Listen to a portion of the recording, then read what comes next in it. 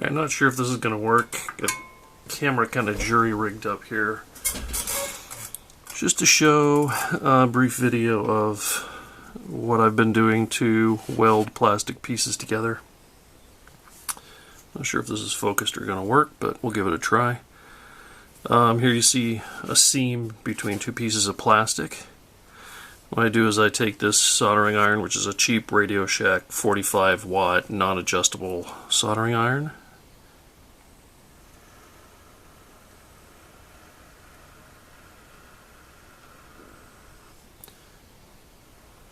Run it down the seam, which varying degrees of success, staying in between the two pieces. Sometimes it might go over a little, doesn't really matter, as long as you then try to go back and get it between the two pieces. Now at this point you've actually welded those two pieces together.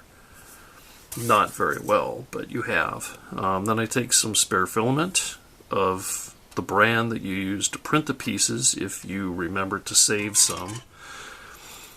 It probably doesn't matter that much if you use a different brand, but I just remember to save some when I was printing it just for this occasion. Then I just kind of, I'm not going to be able to show that probably, but I just kind of work it with my fingers a little to get it a little less coiled. This is like the remainder of a spool, so it's pretty tightly wound. So I just try to loosen up the curve a little bit so I can get it in that slot. And then I just take the soldering iron and just press down, melting that extra filament into the hole, and then just melt off the end. And from there it's just smoothing. I just kind of go back and forth,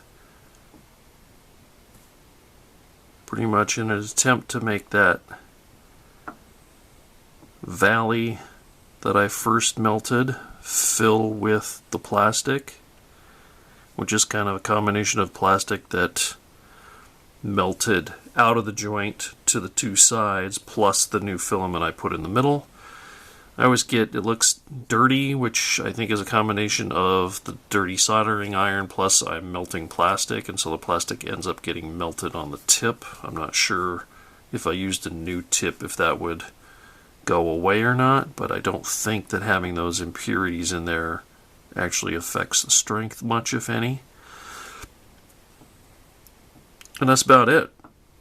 If you have any, like at this lip, if you can see there's a little bit extra hanging off, that's no big deal, because you can just sand it off just like plastic.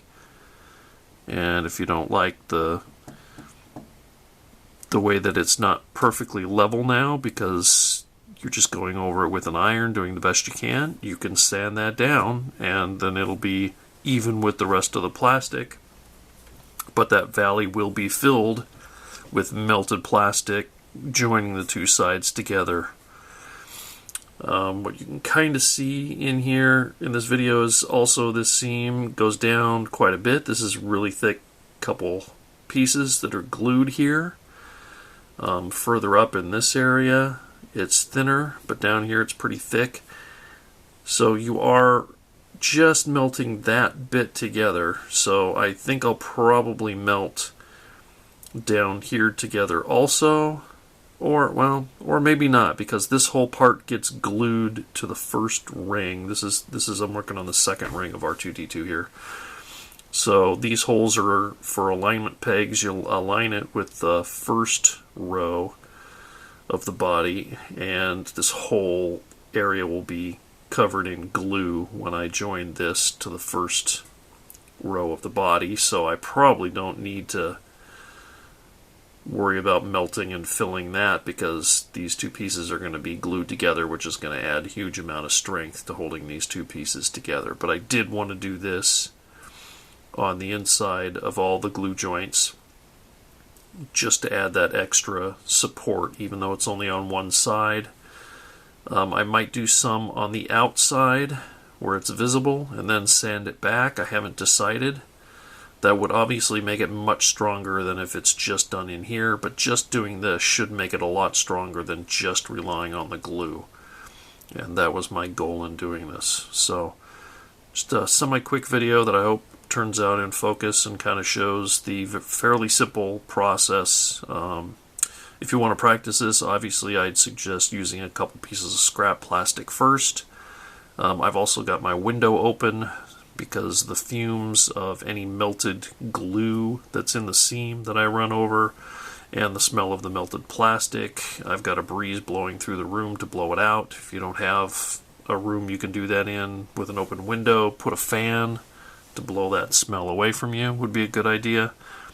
I'm also wearing glasses. I would suggest safety glasses, and be careful because obviously the soldering iron is hot. Another thing with the hot soldering iron, when I do these bits in here, I'm going to turn this whole thing around because, as you can see, if I go in here and try to get the seam that's in here, the soldering iron is in danger of touching the piece below. So always be wary of where the hot parts of your soldering iron are so you don't touch them and they don't touch anything that you don't want to get melted. So there we go. Hopefully this might help you. You might want to experiment and see compared to your normal methods of joining the plastic with just glue, if that's what you do normally, or super glue. Just try it out. That's what I did. I took a couple scrap pieces like these, for example, are support pieces that printed off of the foot shells, and they joined together nicely with a flat surface. So what I did is I took pieces similar to this and I put just glue of different types, and then I also, better example here, these two pieces, one off the left foot shell, one off the right, fit perfectly flush. So I did that and took pieces similar to this and I tried gluing, and then I tried doing the melting.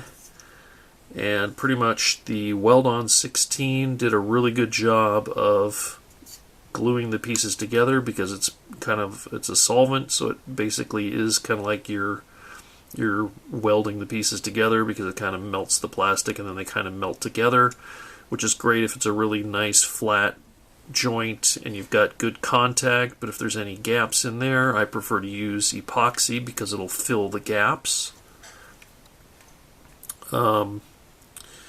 So either way, if you try the melted plastic, I bet that you will have a extremely hard time of snapping the two pieces apart if you do the glue and melting the plastic. So it's just something you can experiment with and decide if it's something you want to do.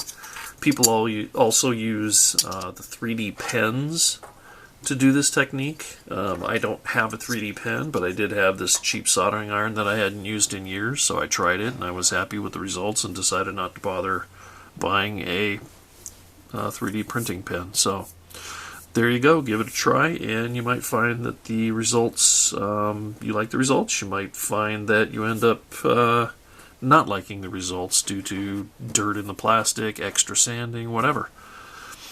So I hope this might help someone.